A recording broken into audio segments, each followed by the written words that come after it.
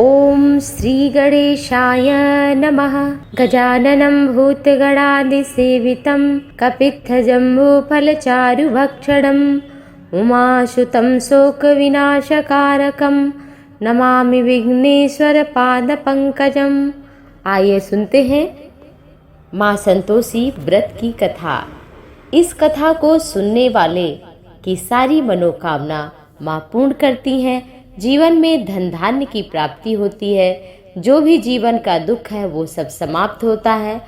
मनोकामना शीघ्र पूर्ण होती है। शुक्रवार का व्रत 16 कम से कम करना चाहिए। संभव हो तो कम से कम फिर 1 वर्ष करना चाहिए। 1 वर्ष में खोटे ग्रह भी अच्छे हो जाते हैं और इस व्रत का उद्यापन अवश्य करना चाहिए और इसको शुक्ल पक्ष में प्रारंभ करना चाहिए। तो आइए सुनते हैं माता संतोषी व्रत की कथा।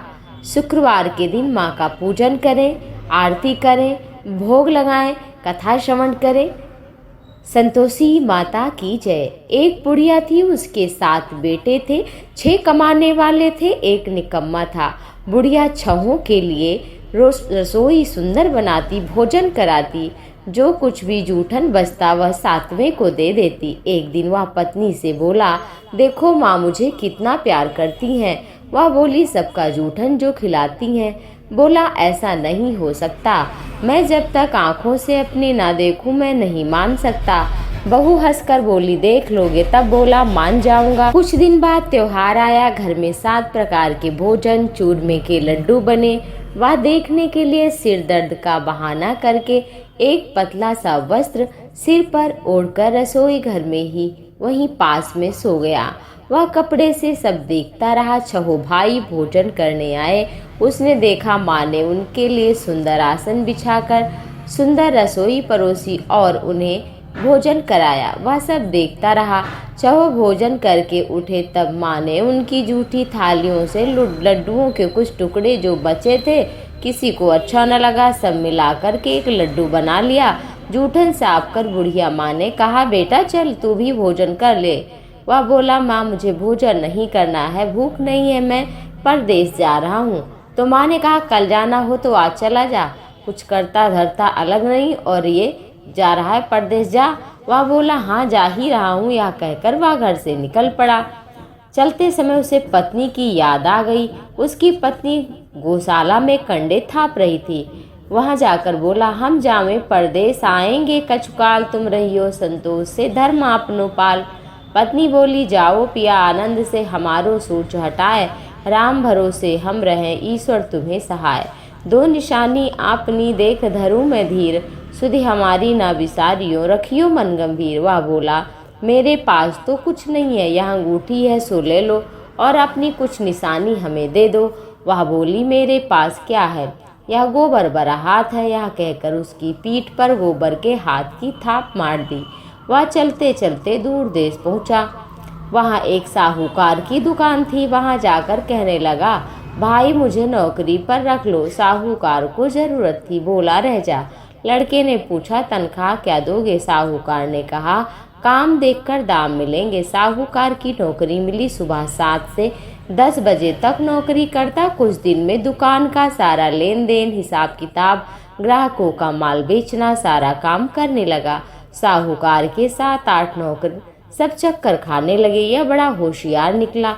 सेठ ने भी काम देखा। 3 महीने में ही आधे मुनाफे का हिस्सेदार बना दिया और कुछ वर्ष में नामी सेठ बन गया और मालिक सारा कारोबार उस पर छोड़कर चला गया।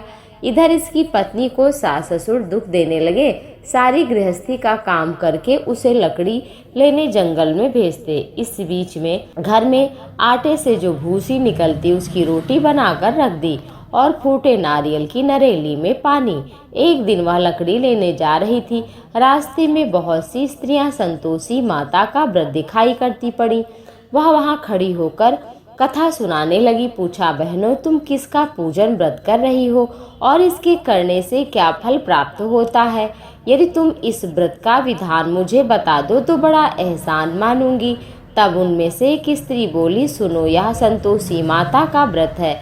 इसके करने से निर्धनता समाप्त होती है, दरिद्रता का नाश होता है, जो कुछ मन में कामना हो संतोषी माँ पूरा कर देती हैं। तब उसने व्रत की विधि पूछी। वह स्त्री बोली, 1.25 आने का गुड़, इच्छा हो 5.25 आने का या 1.25 रुपये का, जितना हो सके उसके अनुसार लेना, बिना परेशानी और श्रद्धा प्रेम से जितना भी पड़े सवाया लेना, और शुक्रवार को निराहार रहकर कथा सुनना। इसके बीच क्रम न टूटे, लगातार नियम का पालन करना। सुनने वाला कोई ना मिले तो घी का दीपक जलाकर जल पात्र में डाल करके रखना और कथा कहना जब तक कार्य न सिद्ध हो। नियम का पालन करना और कार्य सिद्ध हो जाने पर व्रत का उद्यापन करना। 3 मास में माँ पूरा फल दे देती हैं। यदि ग्रह खराब हो तो 1 वर्ष में सिद्ध कर देती हैं, या सिद्ध होने पर उद्यापन करना चाहिए, बीच में नहीं। उद्यापन में 2.5 सेर आटे का खाजा, इसी तरह खीर, चने का साग या जो भी सब्जी हो, बस खट्टी ना हो। 8 लड़कों को भोजन कराना, जहाँ तक मिले देवर जेठ भाई बंधु के, नहीं तो रिश्तेदार पास पड़ोसियों को बुलाना, उन्हें भोजन करा के दक्षिणा देना। माँ का नियम पूरा करना। उस दिन खटाई ना खाना। यह सुनकर बुढ़िया के लड़के की बहू चल पड़ी। रास्ते में लकड़ी के बोझ को बेच दिया और उन पैसों से गुड़ चना ले माता के व्रत की तैयारी करने लगी। और सामने मंदिर देखकर पूछने लगी, किसका मंदिर है? सब बोले, संतोषी माता का। यह सुनकर माता के मंदिर में जाकर चरणों में लौट गई। बोली, माँ दीनहीन हूँ, अज्ञानी हूँ, नियम नहीं जानती, मैं बहुत दुखी हूँ। हे जगत जननी माँ, मेरा दुख दूर करो, मैं आपकी शरण में हूँ। माँ को दया आई। एक शुक्रवार बीता, दूसरे को उसके पति का पत्र आया और तीसरे शुक्रवार को भेजा हुआ पैसा। यह देखकर जेठ जेठानी मुँह सिकोड़ने लगे। लड़के ताने देने लगे। काकी के पास पत्र आने लगा, पैसा रुपया, अब तो इनकी खातिरदारी बढ़ी जाएगी। बेचारी बड़ी सरल होकर बोलने लगी, भैया पैसा रुपया आए हम सब के लिए तो अच्छा है। ऐसा कहते कहते उसके नेत्रों में आंसू भर आए। संतोषी माता के मंदिर में जाकर चरणों में गिर पड़ी, रोने लगी। हे माँ, मैंने पैसा कब मांगा है? मुझे तो अपने सुहाग से काम है, मैं तो अपने स्वामी के दर्शन मांगती हूँ। तब माता ने प्रसन्न होकर कहा, जा बेटी, तेरा स्वामी आएगा। यह सुनकर खुशी से वो बावली हो घर में जाकर काम करके प्रतीक्षा करने लगी। अब संतोषी माँ सोचने लगी, इस भोली पुत्री को मैंने कह तो दिया, लेकिन इसका पति तो इसे स्वप्न में भी नहीं याद करता, आएगा कैसे? उसे याद दिलाने के लिए मुझे ही कुछ करना पड़ेगा। इस तरह माताजी उस बुढ़िया के बेटे के स्वप्न में प्रकट होकर बोली, साहूकार के बेटे सोता है या जागता? वह बोला, ना सोता हूँ ना जागता हूँ, क्या आज्ञा है? माँ बोली, तेरे घर बार है कि नहीं? बोला, सब है माँ बाप, मैं हूँ और पत्नी घर पे मेरी है। माँ बोली, भोले पुत्र, तेरी बहू पत्नी बहुत कष्ट पा रही है, तेरे माँ बाप तो उसे बहुत दुख दे रहे हैं, वह तेरे लिए तरस रही है, तू उसकी सुध ले। वह बोला, हाँ माता जी मालूम तो है, लेकिन जाऊँ कैसे? परदेश में हूँ, कोई लेन देन हिसाब किताब नहीं है, जाने का कोई रास्ता नहीं दिख रहा है। माँ बोली, मेरी बात मान, सवेरे उठ करके नहा धो करके घी का दीपक जला दंडवत कर दुकान पर बैठ जा, देखते देखते सारा लेन देन हिसाब किताब जमा माल बिक जाएगा, सांझ होते धन का ढेर लगेगा। सुबह उठकर बूढ़े की बात मानकर वह नहा धोकर संतोषी माता को दंडवत घी का दीपक जलाकर दुकान पर बैठ गया। थोड़ी देर में लेने वाले रुपया, देने वाले हिसाब, कोठे में भरे सामान, खरीदार, सब कुछ हो गया। शाम तक तो धन का ढेर सा लग गया। मन में माता का नाम ले चमत्कार देख प्रसन्न होकर घर ले जाने के वास्ते गहना कपड़ा खरीदने लगा। यहाँ काम से निपटा करके तुरंत घर के लिए रवाना हुआ। उधर उसकी पत्नी जंगल में लकड़ी लेने जाती, लौटते वक्त माता जी के मंदिर में विश्राम करती। वह तो उसके प्रतिदिन का नियम वहीं रुकने का था। एक दिन देखा धूल उठ रही है। माँ से पूछा, माँ धूल कैसी है? माँ ने कहा, पुत्री तेरा पति आ रहा है, अब तू लकड़ियों के 3 बोझ बना, एक नदी के किनारे, एक मेरे मंदिर, दूसरा सिर पर रख। तेरे पति को लकड़ी का गट्ठर देखकर मुंह पैदा करूंगी, यहाँ रुकेगा, नाश्ता पानी खा पी करके तब वो जाएगा, और तब तू पीछे से उसके जाना और गट्ठर को जोर से चौक में डालकर आवाज लगाना, लो सासू जी लकड़ियों का गट्ठर लो, भूसे की रोटी दो, नारियल के खपेड़े में पानी दो, आज क्या कोई मेहमान आया है? माता जी से बहुत अच्छा कहकर प्रसन्न मन से लकड़ियों के 3 गट्ठर बनाए, एक नदी के किनारे, एक माता जी की मंदिर और तीसरा सिर पर रखा। इतने में उसका पति आकर इधर पहुंच गया। सूखी लकड़ी देखकर उसके मन में इच्छा हुई कि चलो यहाँ थोड़ा भोजन बनाकर खा पी लें, तब गांव चलूंगा, भूख बहुत लगी है। इस तरह वह रुक गया और भोजन बना करके विश्राम कर तब गाँव को गया। सबसे प्रेम से मिला और माँ से जब मिलने गया तब तक इसकी पत्नी पीछे से आंगन में चौक के गट्ठर डालकर चौक में और उतावली होकर के 3 आवाजें देने लगी, लो सासू जी लकड़ियों का गट्ठर, भूसे की रोटी, आज या कोई मेहमान आया है। यह सुनकर सास समझ गई आ गई है तो अपने दिए हुए कष्ट को भुलाने के लिए बोली, बहू ऐसा क्यों कहती है, तेरा पति आ गया है, चलो मीठा चावल खा लो, कुछ गहने कपड़े पहने रहा करो। उसकी आवाज सुनकर उसका पति बाहर आ गया, हाथ में अंगूठी वही देखा तो बड़ा व्याकुल हो गया। माँ से पूछता है, माँ यह कौन है? माँ बोली, बेटा या तेरी पत्नी है, जब से तू गया है बस सारे गांव में घूमती फिरती है, घर का काम काज कुछ नहीं करती और जब आती है तब खाना खा जाती है। वह बोला, मैंने इसकी स्थिति हालत देखी और आपकी, अब मुझे ऊपर के ताल की चाबी दे दो, मैं वहीं रहूंगा। माँ बोली, ठीक है जैसी तेरी मर्जी। वह मकान के ऊपर की चाबी लेकर के गया और कमरा खोलकर सारा सामान जमाया। एक दिन में राजा के महल जैसा ठाट बाट बन गया। अब क्या था, बहू सुख भोगने लगी। इतने में शुक्रवार आया। शुक्रवार के उद्यापन में उसने पति से कहा कि हमें उद्यापन करना है। पति बोला, खुशी से करो। उद्यापन की तैयारी की। जेठानी के लड़कों को भोजन के लिए कहने गई। उन्होंने मंजूर किया, परंतु पीछे से जेठानी के बच्चों को सिखाया, देखो भोजन के समय खटाई मांगना, जिससे इसका व्रत उद्यापन पूरा ना हो। लड़के खाने आए, पेट भर खाया भी, परंतु बाद में खाते कहने लगे, हमें खटाई दो, खीर हमको अच्छा नहीं लगता। ऐसा जब उसने सुना तो कहा, भैया खटाई नहीं मिलेगी, संतोषी माता का प्रसाद है। लड़के उठकर खड़े हो गए, बोले पैसा लाओ। बहू बोली, कुछ जानती नहीं थी, उसने पैसे दे दिए।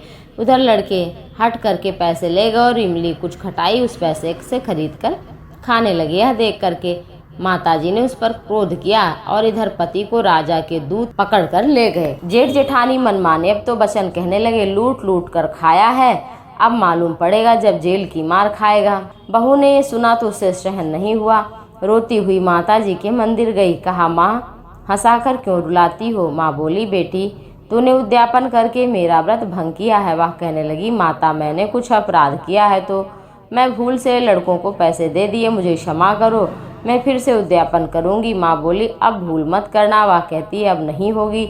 बताओ पति कैसे आएंगी? माँ बोली, जा पुत्री, तेरा पति तुझे रास्ते में ही मिल जाएगा। वह निकली, राह में पति आता मिला। वह पूछी, कहाँ गए थे? वह कहने लगा, इतना धन जो कमाया है उसका टैक्स राजा ने मांगा था, वही भरने गया था। वह प्रसन्न हो बोली, भला हुआ, अब चलो घर को चलते हैं। फिर शुक्रवार आया। पत्नी ने कहा, मुझे पति से कि उद्यापन करना है। पति ने कहा, करो। फिर जेठ के लड़कों को भोजन के लिए कहने गई। जेठानी ने 1-2 बातें सुना दी। जेठानी ने अपने बच्चों को सिखाया कि पहले ही इस बार खटाई मांगना। तो लड़के भोजन के लिए गए और बोले, हमें खीर नहीं खानी, हमें कुछ खट्टी चीज बना कर दो। बोली, भैया खटाई नहीं मिलेगी, आना हो तो खाओ और खाना हो तो खाओ, नहीं तो जाओ। वह ब्राह्मण के लड़के को फिर बुलाकर वो जब सब चले गए तब ब्राह्मण के बच्चों को भोजन कराया, उन्हें दक्षिणा दी और फल इत्यादि दिया, मिष्ठान दिया। इससे माँ प्रसन्न हुई। माँ की कृपा से 9वें मास में सुंदर चंद्रमा के समान पुत्र हुआ। पुत्र को पाकर प्रतिदिन माँ के मंदिर जाने लगी। माँ ने सोचा, यह रोज आती है, आज क्यों न इसके घर चलूं। यह विचार कर माता ने भयानक रूप बनाया। गुड़ चने से सना हुआ मुख, ऊपर से सूंड के समान, उस पर मक्खियां भिनभिना रही थीं। देहली पर पैर रखते ही सास चिल्लाई, देखो रे कोई चुड़ैल डाकनी चली आ रही, लड़कों इसे भगाओ नहीं तो किसी को खा जाएगी। लड़के भगाने लगे, चिल्लाकर खिड़कियां बंद करने लगे। बहू रोशनदान से देख रही थी, प्रसन्नता से बिल्कुल पागल जैसी होकर चिल्लाने लगी, मेरी माँ आई है। वह बच्चे को दूध पिलाने से हटाने लगी। इतने में सास का क्रोध फूट पड़ा। माँ बोली, बड़ी उतावली होती है। इतने में ही माँ के प्रताप से लड़के लड़के नजर आने लगे। वह बोली, माँ मैं जिनका व्रत करती हूँ ये जगत की माँ संतोषी हैं। सब ने फिर माँ के तो चरण पकड़ लिए, विनती करने लगे, हे माँ हम मूर्ख अज्ञानी हैं, हमने आपके व्रत को नहीं समझा, भंग किया, हे माँ हमारा अपराध क्षमा करो। माँ नहीं क्षमा कर रही थी। तब बहू ने कहा, माँ इन्हें क्षमा कर दो। तब फिर माता ने उनके परिवार को भी क्षमा किया और कहा, बेटी तुम कोई वर मांगो। संतोषी माता ने वर मांगने को कहा तो बहू ने कहा कि हे माँ, जैसे हमें आपने फल दिया वैसे ही हे जगत की माँ, आपका व्रत जो भी करे शुक्रवार के दिन जो नियम विधि विधान का पालन करे, उसकी समस्त कामनाओं को पूर्ण करना, उसका मंगल करना, उसके जीवन के दुख को दूर करना।